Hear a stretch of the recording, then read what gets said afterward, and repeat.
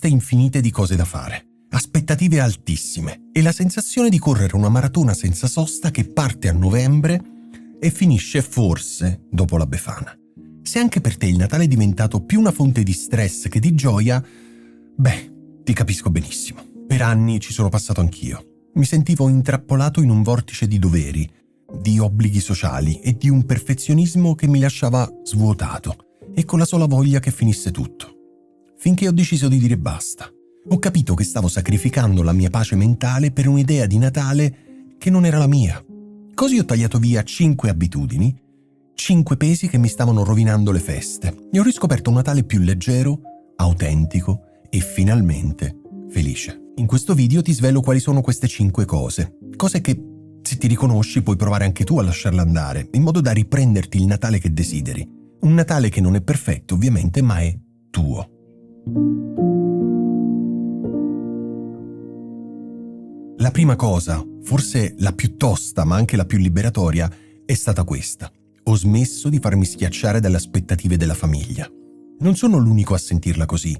Un articolo di Serenis riporta che quasi il 39% degli italiani collega lo stress natalizio a situazioni familiari delicate o alla pressione dei parenti. Ti suona familiare? Per me, il Natale era un campo minato. C'era l'aspettativa di esserci a ogni singolo pranzo, cena e ritrovo. Anche con quei parenti con cui la conversazione è solo di circostanza o peggio ancora si trasforma in un interrogatorio sulla tua vita. Ricordo un Natale passato, tanti anni fa, a tavola con un'ansia pazzesca, provando a fare da paciere tra 2 parenti in lite, sorridendo a battute che non mi facevano ridere. A fine giornata ero prosciugato e non ricordavo un momento di gioia, solo stanchezza emotiva. Ho capito che il Natale non era una bacchetta magica che cancella le tensioni. La vera magia non è recitare la parte della famiglia da spot pubblicitario, ma proteggere il proprio benessere. Così ho iniziato a mettere dei paletti sani. Ho imparato a dire no con gentilezza, ma con fermezza. Quest'anno per la vigilia preferiremmo stare a casa nostra, ma ci vediamo con tanto piacere il giorno di Natale per pranzo. Oppure, grazie dell'invito, ma quest'anno sentiamo il bisogno di rallentare, faremo un salto nel pomeriggio per un saluto veloce. All'inizio il senso di colpa era forte, come se stessi tradendo un patto segreto. Poi però ho visto i risultati. Ho iniziato a vivere i momenti di famiglia, quelli che sceglievo di vivere, con una presenza e una gioia diversa. Ho scambiato la quantità con la qualità. Meglio 2 incontri sentiti che 5 eventi estenuanti. E il regalo più grande è stato riscoprire il piacere di stare con chi amo senza la maschera dell'obbligo. Ricorda, non devi accontentare tutti. Il tuo equilibrio vale più di qualsiasi tradizione imposta.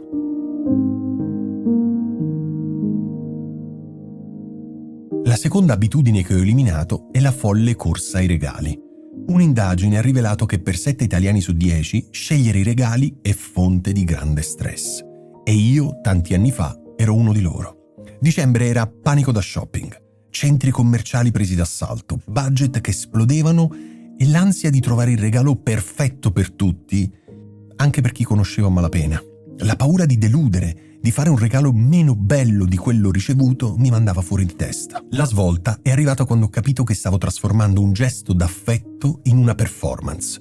Il valore del regalo era diventato il prezzo, non il pensiero. Così ho cambiato totalmente approccio. Prima di tutto, gioco d'anticipo. Inizio a pensarci a ottobre, non il 20 dicembre. Faccio una lista, ma non di oggetti, di persone. Accanto a ogni nome scrivo cosa ama quella persona, cosa la fa stare bene, un nostro ricordo. Questo sposta subito l'attenzione dal cosa compro al perché lo faccio. Poi ho abbracciato l'idea del meno ma meglio. Invece di 10 regalini inutili, magari faccio un regalo singolo più pensato. Oppure propongo un regalo di gruppo. Ho riscoperto il valore pazzesco delle cose fatte a mano o personalizzate. Un barattolo per esempio con il preparato per la cioccolata calda, una miscela di spezie per il vin brûlé, una playlist, un album di foto che raccontano l'ultimo anno. Sono regali che costano poco, ma comunicano tantissimo. Ti ho dedicato il mio tempo. Ho anche introdotto i regali esperienza. Un buono per una serata al cinema insieme, la promessa di una gita in primavera, un corso di cucina da fare in 2. Non creano disordine, creano ricordi. E per le situazioni un po' più formali ho smesso di vergognarmi di regalare un buon libro, una pianta o qualcosa di buono da mangiare, che è quasi sempre una scelta vincente. Liberarmi dalla gara del regalo perfetto mi ha restituito pace mentale e finanziaria. ma soprattutto mi ha fatto ritrovare la vera gioia di donare, che è un gesto d'amore, non un'ansia da prestazione.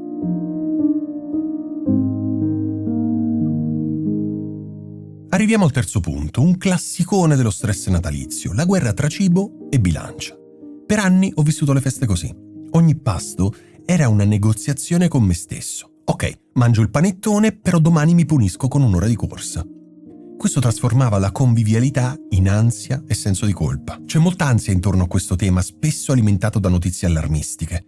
Anche se alcuni casi estremi possono ovviamente portare ad aumenti di peso anche notevoli, ricerche internazionali mostrano che l'aumento medio durante le feste è in genere intorno a mezzo chilo, 1 chilo. Il problema è che il circolo vizioso a buffata punizione non solo non funziona, ma rovina l'essenza delle feste. Mi sono accorto che passavo più tempo a contare le calorie del piatto che ad ascoltare i racconti dei miei cari. La mia rivoluzione, gentilezza ed equilibrio. Ho smesso di vedere il cibo come un nemico. Mi sono dato il permesso di godermi i piatti della tradizione, di assaporare quel dolce che la nonna fa solo a Natale, senza giudicarmi. Quindi che faccio? Mangio di tutto senza ritegno? No. Ho imparato ad ascoltarmi. Mangio piano, gusto ogni boccone e mi fermo quando sono sazio, non per forza quando il piatto è vuoto. Nei giorni tra una festa e l'altra, torno a un'alimentazione più semplice e leggera, non per compensare, ma per dare al mio corpo ciò di cui ha bisogno. E il movimento?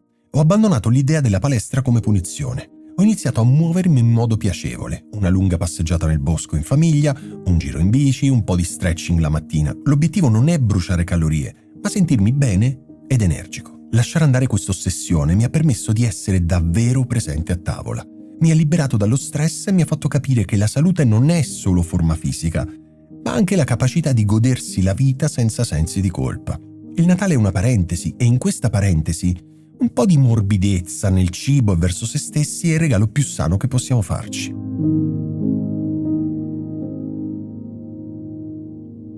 La quarta cosa che non faccio più è arrivare al 24 dicembre con le batterie a zero per colpa del lavoro. Dicembre è spesso un mese infernale, scadenze di fine anno, bilanci da chiudere, progetti da consegnare. Non è un caso se un'indagine recente ha mostrato che per il 54% degli italiani gli impegni lavorativi di fine anno sono una delle principali fonti di stress. Per me, anni fa, era la norma. Lavoravo fino all'ultimo, rispondevo alle mail durante la cena della vigilia e mi portavo dietro una stanchezza mentale che mi impediva di staccare davvero. Iniziavo le vacanze già in debito di energia, nervoso e incapace di godermi il riposo. La mia strategia si riassume in una parola: confini. Ho imparato a pianificare la mia via d'uscita. 2 settimane prima delle vacanze faccio una lista realistica delle priorità assolute. Il resto finisce dritto nella lista se ne parla a gennaio. Questo mi aiuta a non sentirmi sopraffatto. Comunico chiaramente ai colleghi, ai clienti quando sarò offline e chiarisco le emergenze. E poi c'è la mia regola d'oro. L'ultimo giorno di lavoro spengo tutto, sia fisicamente che mentalmente.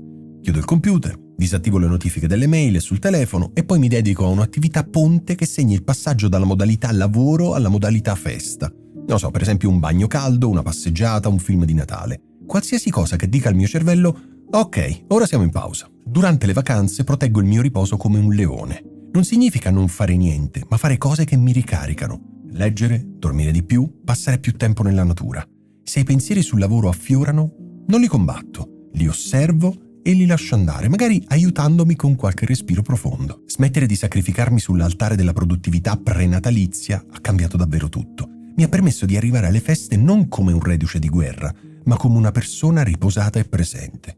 La salute mentale non va in vacanza, ha bisogno delle vacanze per rigenerarsi.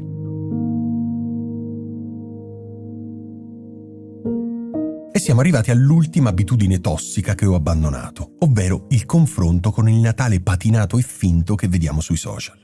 Apri Instagram e dicembre è un'esplosione di perfezione, alberi che sembrano usciti da film, tavole imbandite da riviste di design e famiglie sorridenti con maglioni coordinati. Quante volte ti sei sentito inadeguato perché magari casa tua era in disordine, oppure il tuo albero era un po' storto, o il tuo pranzo di Natale semplicemente normale?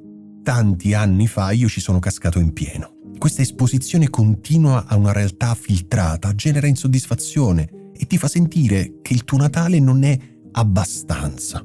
È un fatto noto, supportato da numerose ricerche. L'uso eccessivo dei social media può aumentare ansia, stress e avere un impatto negativo sull'autostima. La verità è che l'immagine del Natale perfetto dei media è impossibile da replicare. E sai una cosa? Va benissimo così. Non è reale. La mia vita non è un set cinematografico. E il mio Natale nemmeno. La mia strategia di difesa è molto semplice. Primo, detox digitale selettivo. Limito il tempo che passo a scrollare durante le feste, soprattutto se sento salire il disagio. Tolgo il follow a chi mi fa sentire inadeguato e preferisco chi mostra una realtà più autentica. Secondo, e più importante, ho cambiato la mia mentalità. Ho imparato a celebrare l'autenticità. La bellezza del mio Natale non è nella perfezione, ma nei momenti veri. È nella risata di un amico, nell'abbraccio di una persona cara, nel caos dei bambini che giocano e persino nella macchia di sugo sulla tovaglia. Sono questi i ricordi, non le foto in posa. Ho smesso di inseguire la felicità da copertina e ho iniziato a trovare la gioia nell'imperfezione del momento. Ho capito che un Natale sereno non è un Natale senza difetti. È un Natale in cui ti dai il permesso di essere te stesso con la tua famiglia perfettamente imperfetta. E la tua casa piena di vita, non di oggetti di scena.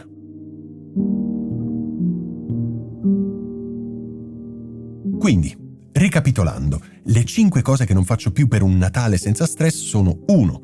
Non mi lascio schiacciare dalle aspettative familiari. 2. Non trasformo i regali in una gara. 3. Non mi ossessiono con cibo e forma fisica. 4. Non arrivo alle feste prosciugato dal lavoro. E 5. Non mi confronto con la finta perfezione dei social media. Eliminare queste abitudini non ha reso il mio Natale perfetto, ma lo ha reso mio, più vero, più leggero e infinitamente più gioioso.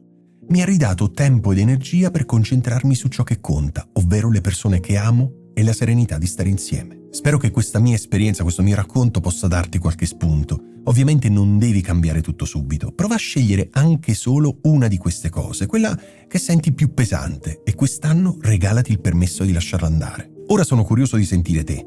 Qual è la cosa che ti stressa di più a Natale? C'è un'abitudine che hai già eliminato e che ti ha cambiato la vita? Scrivilo nei commenti, mi piace un sacco leggervi e confrontarci. Se questo video ti è stato utile o ti è piaciuto, lasciami un like per farmelo sapere e magari iscriviti al canale per non perdere i prossimi video. Ti auguro davvero di cuore di trovare il tuo modo per vivere delle feste serene e autentiche.